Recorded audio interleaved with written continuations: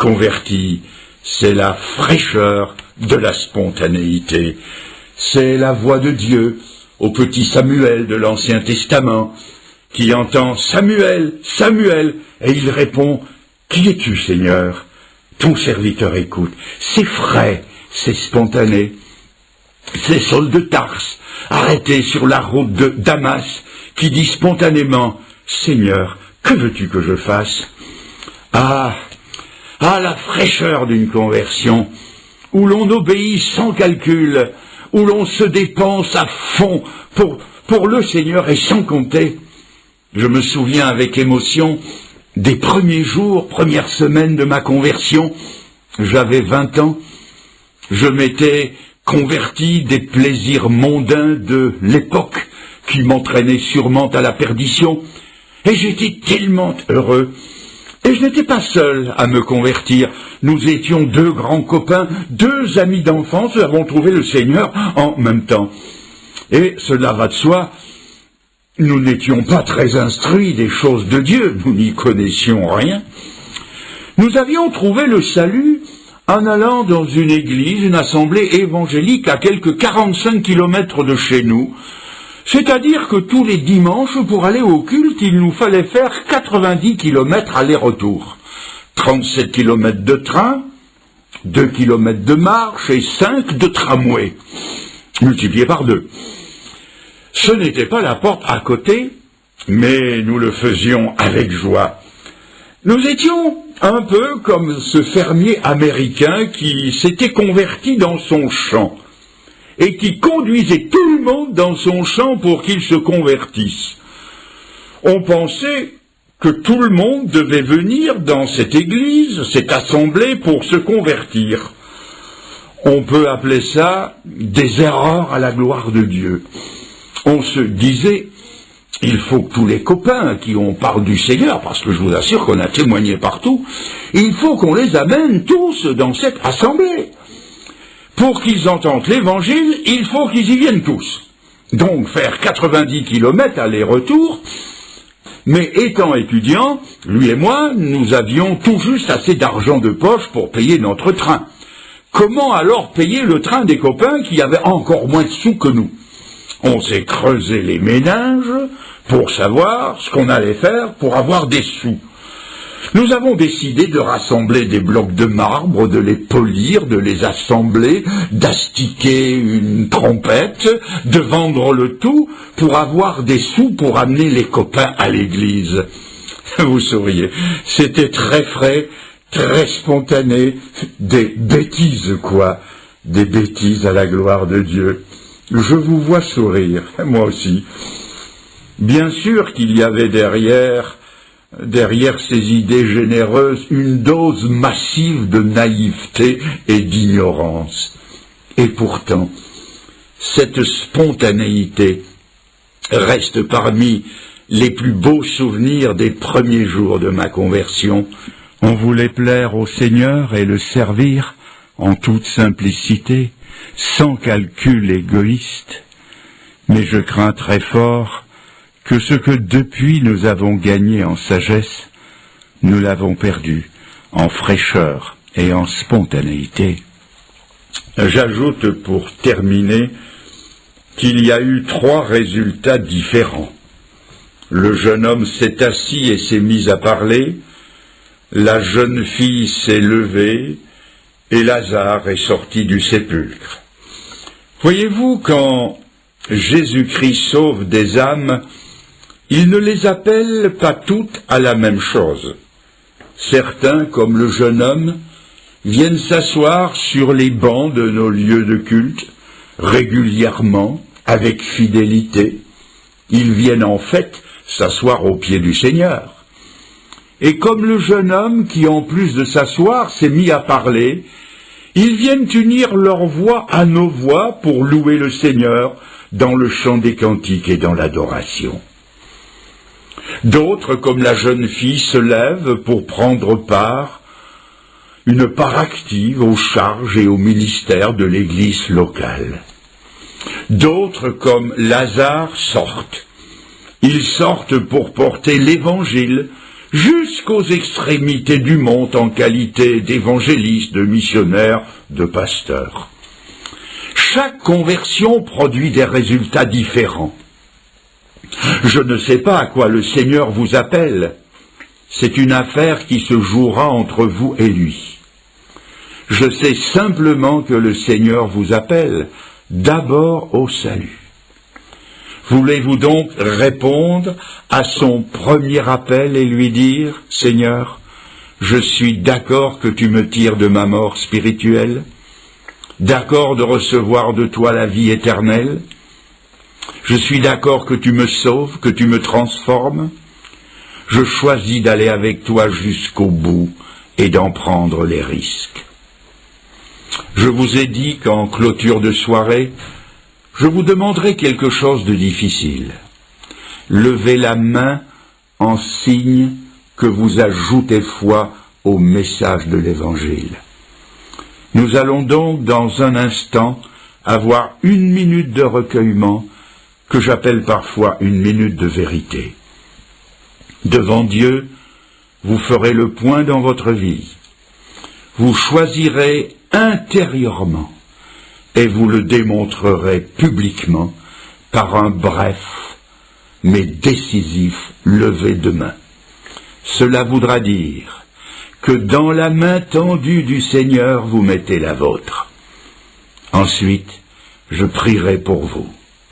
Ne faites pas le geste pour me faire plaisir. Et si vous ne voulez pas faire affaire avec Dieu, ne levez pas la main. N'ajoutez pas une nouvelle légèreté à toutes les autres. Le Seigneur, lui, veut faire affaire avec vous. Recueillons-nous maintenant. Alors, pendant que nous sommes recueillis, qui ce soir sera le premier à se donner à Jésus-Christ? Alors qui lève la main d'un geste décidé, franc? Qui? Eh bien oui, j'en vois 1, 2 mains qui se lèvent. J'en vois plusieurs autres, et plusieurs autres encore. Mes amis, que Dieu bénisse votre décision. Et j'insiste, y a-t-il encore quelqu'un? J'insiste, encore une fois. Qui veut se décider pour Dieu ce soir? Plus personne? Oui, je vois encore 1 main qui se lève. Peut-être 2, dans le contre-jour créé par les projecteurs. Je ne vois pas bien, mais plusieurs se sont tournés vers le Seigneur. Nous restons recueillis. Et je prie pour vous. Seigneur, je te prie d'accueillir ceux qui se sont résolument tournés vers toi ce soir. Tu connais l'intensité de la lutte intérieure, celle de capituler devant toi et de s'abandonner à toi. Ils ont fait ce pas. Tu as promis que tu ne mettrais pas dehors celui qui viendrait à toi. Seigneur, assure-les de ton pardon. Mets en eux l'assurance de la vie éternelle. Donne-leur ton Saint-Esprit pour qu'ils puissent marcher en nouveauté de vie. Seigneur, intègre-les dans la communauté des croyants, dans ton Église universelle par le baptême du Saint-Esprit, et mets sur leur chemin d'authentiques croyants qui les aideront à grandir dans la foi et à marcher avec toi, des pères et des mères et des sœurs et des frères en Christ. Seigneur, tous ceux qui sont ici et qui t'appartiennent se joignent à moi dans cette prière pour les recommander tous à ta grâce. Amen, Seigneur. Amen. Et c'est ainsi que nous terminons notre dernière soirée.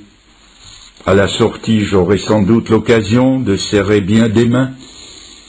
Je remercie les organisateurs de ces soirées, de l'accueil qui m'a été réservé à mon épouse et à moi. Merci pour les poignées de main, merci pour les encouragements, pour les sourires, pour les promesses de prière. Et notre prière, c'est que Dieu vous bénisse qu'il bénisse votre ville, qu'il bénisse la France, et qu'il bénisse ainsi tous ses enfants. Que Dieu vous garde. Et peut-être pourrons-nous dire à une autre fois, à l'année prochaine, à dans 2 ans. Alors maintenant, définitivement, au revoir. Chapitre 9. Sur le chemin, Jésus voit un homme qui est aveugle depuis sa naissance. Les disciples de Jésus demandent: Maître, cet homme est aveugle depuis sa naissance. Donc, qui a péché, lui ou ses parents? Jésus répond: Ni lui, ni ses parents. Mais puisqu'il est aveugle, on va reconnaître clairement que Dieu agit pour lui. Pendant le jour, nous devons accomplir le travail de celui qui m'a envoyé. La nuit arrive et personne ne pourra travailler. Pendant que je suis dans le monde, je suis la lumière du monde. Après que Jésus a dit cela, il crache par terre. Avec sa salive, il fait de la boue et il met la boue sur les yeux de l'aveugle. Ensuite, il lui dit: Va te laver dans l'eau, à Siloé. Le nom Siloé veut dire envoyé. L'aveugle y va et il se lave. Quand il revient, il voit clair. Cet homme était un mendiant.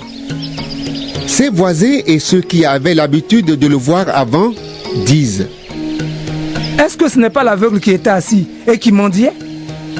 Les uns disent: Oui, c'est lui. D'autres disent: Non, c'est quelqu'un qui lui ressemble.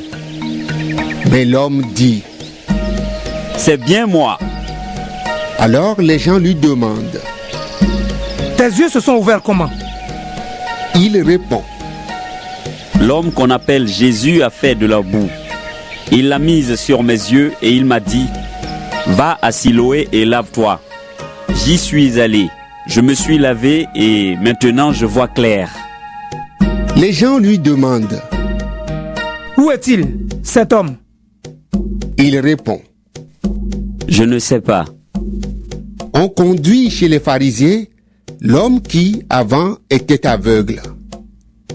Le jour où Jésus a fait de la boue et a ouvert les yeux de l'aveugle, c'était le jour du sabbat. Les pharisiens, eux aussi, demandent à l'homme: Tu vois clair maintenant. Qu'est-ce qui s'est passé? L'homme leur dit: Il m'a mis de la boue sur les yeux. Je me suis lavé et maintenant je vois. Quelques pharisiens disent: L'homme qui a fait cela ne vient pas de Dieu. En effet, il ne respecte pas le jour du sabbat. Mais d'autres disent: Un homme qui est pécheur ne pourrait pas faire des signes aussi étonnants. Les pharisiens ne sont pas d'accord entre eux. Alors ils demandent encore à l'homme qui était aveugle: Et toi, qu'est-ce que tu dis de celui qui t'a ouvert les yeux? Il répond: C'est un prophète. Mais les chefs juifs ne veulent pas croire que cet homme était aveugle et que maintenant il voit clair.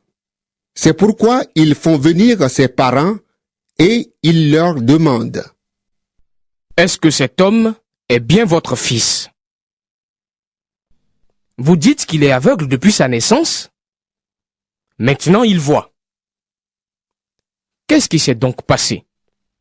Les parents de l'homme répondent: Nous le savons, c'est bien notre fils. Et il est aveugle depuis sa naissance. Maintenant, il voit clair. Mais ce qui s'est passé, nous ne le savons pas. Qui lui a ouvert les yeux? Nous ne savons pas. Interrogez-le. Il est assez grand. Il répondra lui-même. Les parents disent cela parce qu'ils ont peur des chefs juifs. En effet, ceux-ci se sont déjà mis d'accord. Ils vont chasser de la maison de prière tous ceux qui affirment Jésus est le Messie.